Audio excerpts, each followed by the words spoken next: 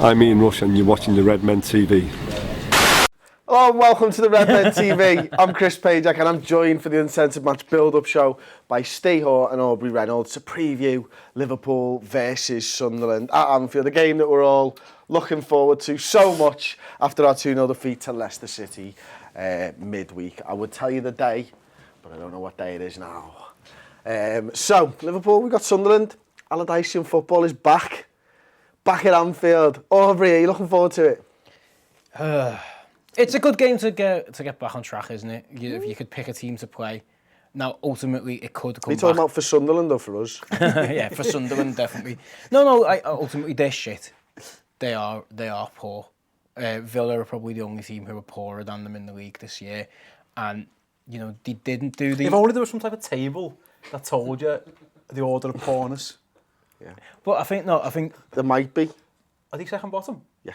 There you go. So there you go. You know, right. Your point has been justified by stats. by the actual truth. Hard numbers and facts. The league table. Yeah. But it's also that they've changed the manager, haven't they? And everyone was expecting that Allardyce thing to kick in. And also... Full of the truth today, isn't he? Just coming Michael Owen too. Change the manager, know that. It's like Aubrey Google. He doesn't pay his taxes either.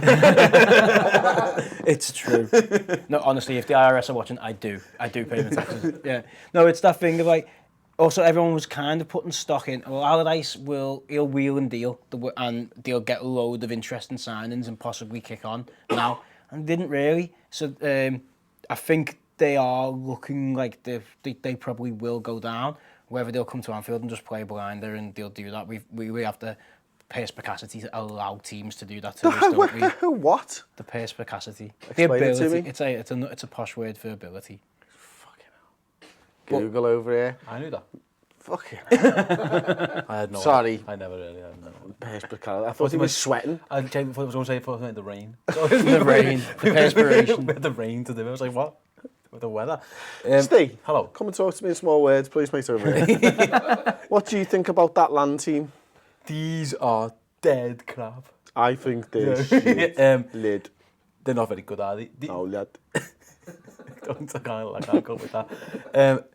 Again, Aubrey, it's a perfect game. I think he's a perspicality. I don't ask me to say what that is. I was like, does he play for Tottenham or something?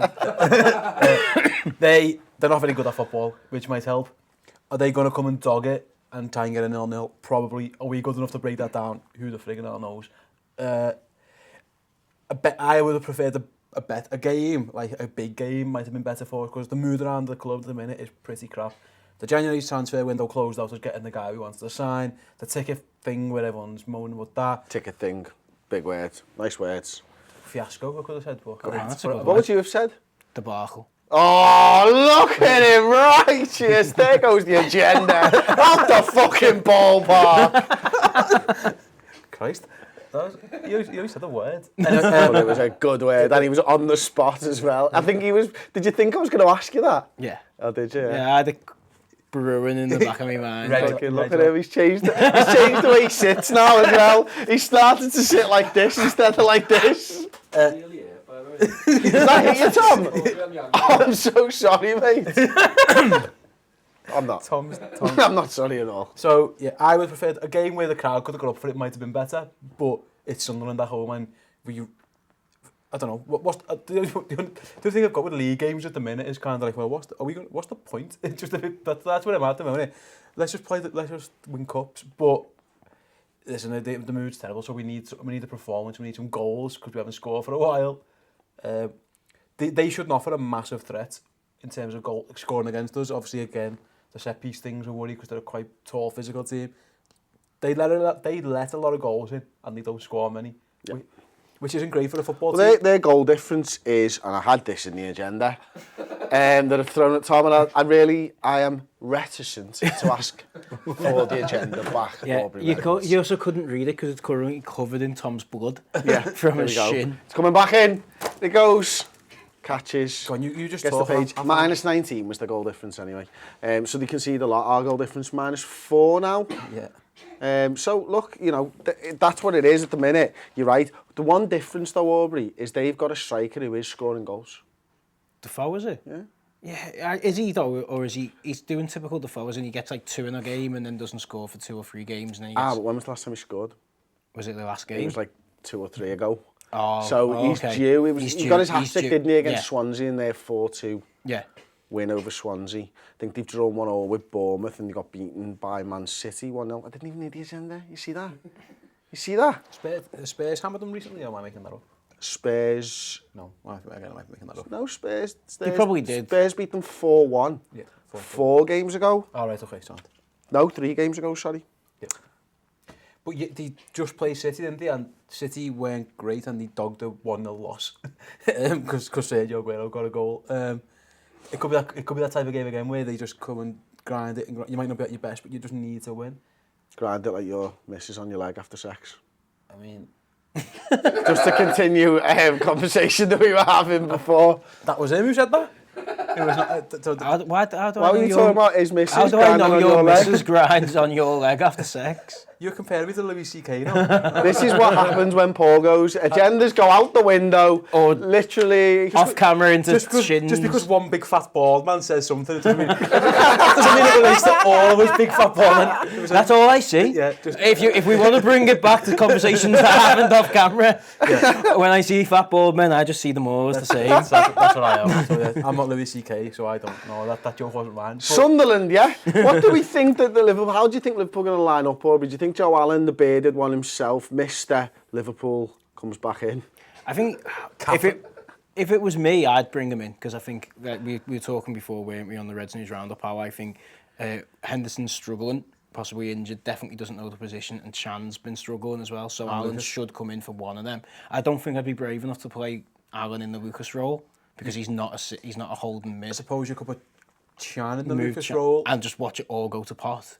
But it's Sunderland. Here's a question for you then. You know, you're debating about whether it's right. Is the formation right at the minute? Because we've not scored in how many hours? 5 hours? I think we need to go back to 2 up top and try it. We tried a lot. I think I'd like to see him. If it is a recce of a season, not just a wreck of a season, let's see him try different formations. So let's try the 4-4-2 diamond. That worked quite well. And I know obviously... Did you say recce because you didn't think we'd understand reconnaissance? No, not at all, because you were calling it a recce before. Okay, I'm just checking. Yeah. Just checking. Big word. But, big word wanker. But yeah, so like, the 4-4-2 diamond suits Phil, obviously, When he's back. when he's back. But let's start playing that. If it at least gets... I'd put Christian Benteke in, because I know it's not been great, With but let's Firmino. try that. Yeah, 2 up top. Let's have a go. Let's see if we can try and get some goals. Let's see if we can try and get this team firing again. Because ultimately, what we have learned over the last few games is it a 4-2-3-1? Would you describe it, or is it a 4-3-3? 4-3-3. Yeah, it's a 4. The 4-3-3 doesn't suit the players that we've got at the moment, fit and in the squad. So let's have a little look and see if we can find a formation that does fit them. Do you agree with that? Do you agree with that, Steve? I think for this game it would make sense because I think they're going to come and try and park the bus. So your options are you can try and play through them, in which case you don't really need Lucas defensive midfield. What's the point? Because I don't think they're going to offer that much threat. So he's protecting not a lot. You'd hope that your defence could maybe keep them at bay a bit. It would, but then the issue when you bring Benteke on is, does it cloud things in terms of what we're trying to do? But then again, my plan is how I don't even know how we're trying to score at the moment. So it's all up in the air what you do. I think it would make sense for, obviously, 5 hours is it without scoring now in all competitions or whatever. Well, you said that, and then I repeated it a minute ago, and then you've said it again. So now I'm worried. I think it might be Stoke, 120 minutes, and then the West Ham game, obviously a different team, but the game yesterday. So we're getting thereabouts. We'll try something else. It makes sense to try something, doesn't it? And listen, Benteke frustrates me more than any player. He does my head in. Because yesterday when we're chasing a goal and we're getting the ball out wide and he was standing in the D, I wanted to go and kill him. Like murder him and everyone he knows. That's one step better than Tom. Tom wanted to burn the King Power Stadium down yesterday. Just He was murder literally everyone. talking about it. Just murder everyone. All of them. Like, he was fucking raging. might have killed And himself. it's all because they sang the Gerrard song on 80 minutes. He really took it to heart. I mean, I take it to heart as well. Yeah. But Tom, like, if he'd have had a pack of matches, I'd have been might have. very worried Yeah, about what you was were like- going around in that So stadium. we've established that we're all have tendencies to kill people, which I'm all right. I didn't want to kill anyone. make of that what you will. He does my head in. So if he plays, someone needs to tell him, get in the box and just be a big nuisance at worst. Even if you don't score, you being there might do something and help us out. Would you say he's lazy in in his play? I think it comes across like he really doesn't know what he's doing. Like he's really struggling to come to terms with what he's being asked. I feel like everything went to him, and I said this to Chris at West Ham. Every time the ball went back to his chest on the halfway or thereabouts, he'd chest it, he'd bring it down, he could beat a man, and we could play.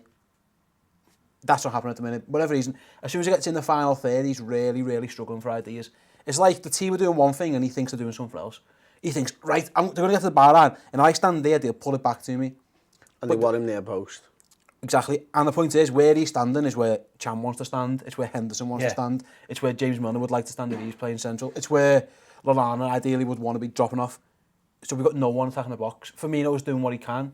Again, he's as good as he was at times. He's still not a natural striker. For me, he can do a job there. So if Benteke was fit and firing, it would mask so many of our problems. But the fact is, he's not. He's playing pretty averagely at best. He's really struggling, and it's affecting us all. So do you put him in now based on what we've seen of him?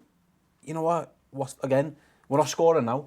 So again, what's the worst that can happen? We still don't score. Well, that's where we're at anyway. So it would make sense. I think if you play a diamond, you'd probably have to play Brad Smith.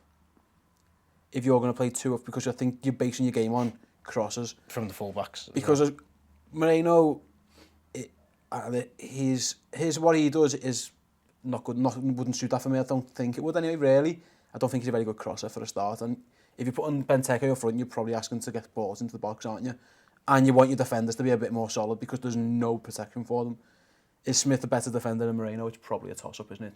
To be fair, I'd go the other way. I'd go Flanagan. I'd go Flanagan left back, and I would go, Klein, you're the one who's going to be going up the pitch and crossing. Flanagan, you're providing the defensive stability. That was how Brendan's diamond worked, wasn't it? When we were doing well. He took over in 13-14 at left back. Flanagan. I think I said on the starting 11 prediction show, Flanagan could end up being our left back this season. I think I said that about a week ago, because you see the evolution of the side, and we are so weak with having two players who both essentially do the same job. Moreno does get forward a little bit more. I know you really like Moreno, but Flanagan gives you something that none of those fullbacks and none of our centre-backs are giving us either, in fairness. That's organisation. You know, he comes in after best part of 2 years off, and he's screaming at Kolo Touré, and he's telling them where the line's supposed to be, and he's organising them at free kicks. And that's something that, you know, he might not have the ability of Moreno going forward, but sometimes when you concede as many goals as we do, it's best to just have someone who can organise your defence. He increases the average height as well, doesn't he? You know, he adds that a little bit. But yeah. And it's that thing of, like, we were talking about it on the Reds News Roundup on the website, that our buy-in strategy seems a bit strange and stuff, and you'd sacrifice technique for a bit of pace in the next set. We dragged the average height of our team really low down, and we seem to have kicked all pace out. But we've got loads of neat and technical players, but the Premier League is about physicality, athletes and pace. We don't have enough of them. So if there's any positions, I think one of Moreno or Klein will go in the summer because of that. So I actually think that the obvious one to actually start trying is Flanagan will be coming in at right back or left back to actually to see which position, if Klopp trusts him in either of those positions, because I don't think we can carry on with 2 5'5" fullbacks who are both our first choice fullbacks. Yeah, there's the only other option, and it's a bit left field in terms of if you want athletes on as well and players who can score goals, is Shea Ojo for me. I was thinking about him before when we were talking, mate. Yeah, he's not. Whether he does it or... I don't think he will, just from the sheer fact that he's not forced his way into that team yet, even though he's probably deserves to have.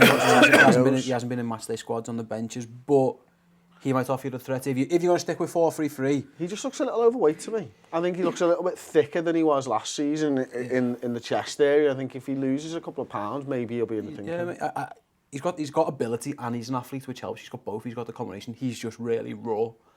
I've always said for years I think he's going to end up as a centre midfielder. Who's box to box type. I think he's good. That's what he's going to end up as.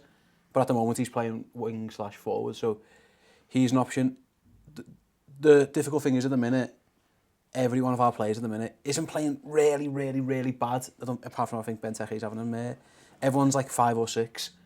And that's bad though, isn't it? And the problem is the guys you want to replace them with are probably 5 or 6s. Joe Allen's probably had a couple of 7s recently. And that's where we're at a point now where this is the moment when you need your star men to go, right, we're struggling here, let's just do something mad. So Sergio Aguero gets the 1-0 winner at Sunderland. That keeps Man City. Difference, mate. It's the difference. We haven't got that at the moment. You really struggle to justify bringing in Ibe or Teixeira for Milner or Lallana, even after that terrible performance against Leicester. You're changing for changing's sake. Yeah. There's no clear plan, like we're saying here, we can do this, we can do that.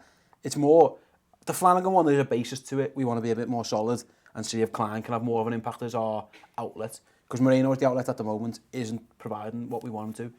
He got into the box yesterday and shot, which infuriated, etc. And Klopp was very angry about that. He actually mentioned it in his. So I would roll the whole team over, to be honest with you. So at the moment, like the way that we're doing it, if we're going to stick with 4-3-3, right, then we've got Klein on the right hand side, we've got Henderson in front of him. Henderson plays a lot wider than Chan does on the left hand side. I would take that imbalance, shift it the other way, and say somebody. I would play maybe Adam Lallana or Phil Coutinho in that midfielder spot, but the flip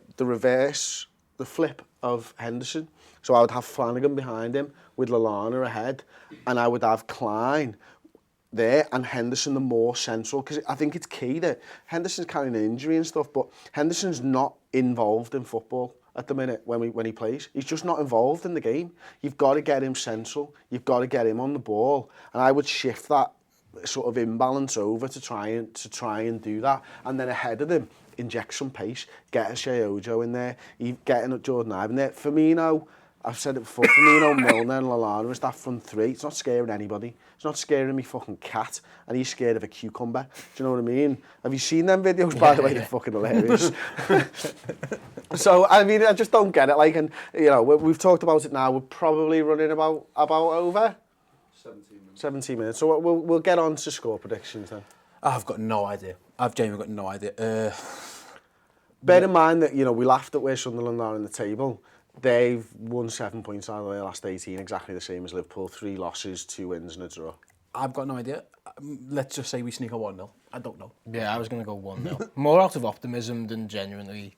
It could go anyway. If you sat here next week and we'd lost, I wouldn't be that surprised, which is an indictment of where we are, because they're terrible at football. And they're probably coming down field thinking we can get something here, which again is an indictment of how poor we've been. Yeah. So yeah, sorry for the lack of optimism, folks. Look, Liverpool sides historically have done well against Sam Allardyce sides, even though it's against the narrative of it. You know, we do well against Sam Allardyce sides. I think Klopp's got the better of him. I think our players are better than him. Yeah. I think we're in bad form. I think they're in good form, and they've got 7 points out of 18. We're in bad form, and we've got 7 out of 18. So I'm going to go for a 2-0 victory to Liverpool Football Club. That'd be nice. And I think Firmino gets back in with 2 goals again. Yeah, he's the most likely, isn't he? He is, isn't he? If you agree or disagree, of course, to anything that we've said on the show, let us know in the comments section. Don't forget to drop a like on the video and subscribe to the YouTube channel. And gents, thank you very much for joining me this week. It's been a pleasure having you with me all week. And we'll see you post-match after Sunderland. There's a lot of fume on Twitter about this man, Simon Mignolet's positioning. I'll tell you what, we've got it here. Why don't we just take it back? Right, you've got, let's say Mahrez was probably, let's say here, but he was probably before the halfway line. So he hoofs the ball, Moreno's there, it's Dejan Lovren, isn't it, who's by him? Yeah. He's running in here. So it comes in, it bounces. Now when he hits it, when the ball's played, it's probably a little bit more like that.